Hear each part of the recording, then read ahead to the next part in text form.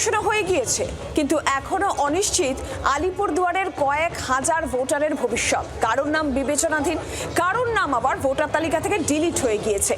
আগামী দিনে তারা ভোট দিতে পারবেন তো? কি হবে ভবিষ্যৎ, সেই চিন্তায় ঘুম উড়েছে এই সমস্ত ভোটারদের।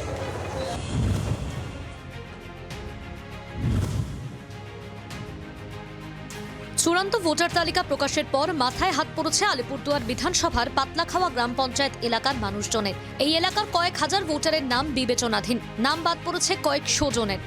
পাতলাখাওয়া গ্রাম পঞ্চায়েতের 10টি বুথ, 4টি বুথে মুসলিম অধ্যুষিত পিছিয়ে পড়া সম্প্রদায় মানুষের বাস।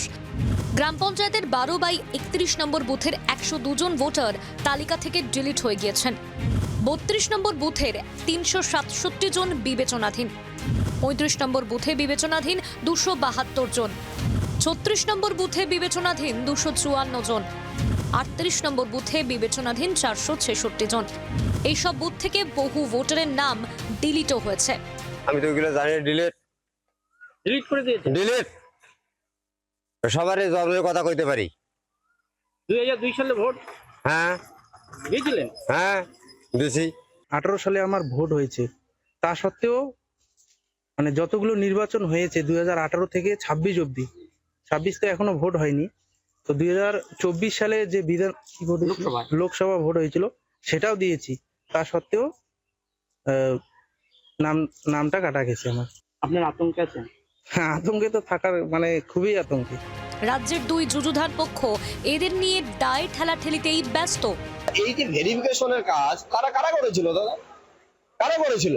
রাজ্য প্রশাসনের আধিকারিকরা করেছিল, এবং এরা ইচ্ছাকৃতভাবে, আমি দায়িত্ব নিয়ে বলছি, যতগুলো নাম বাদ গেছে তার বেশি সংখ্যক, বেশি পার্সেন্টেজ সেটা ভারতীয় জনতা পার্টির ভোটার, এবং তারা ইচ্ছা করে সেটা বাদ দিয়েছে। মানুষটিকে তো পদত্যাগ করা দরকার। উনি তো এই লোকগুলির ভোট নিয়েছে।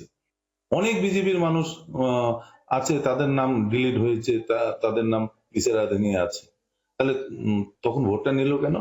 তাহলে তো পদত্যাগ করা দরকার।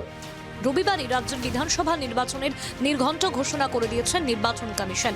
কিন্তু আলিপুরদুয়ারের এতগুলো মানুষ কি বৈধ ভোটার হিসেবে চিহ্নিত হবেন? সাপ্লিমেন্টারি তালিকায় আদৌ নাম উঠবে?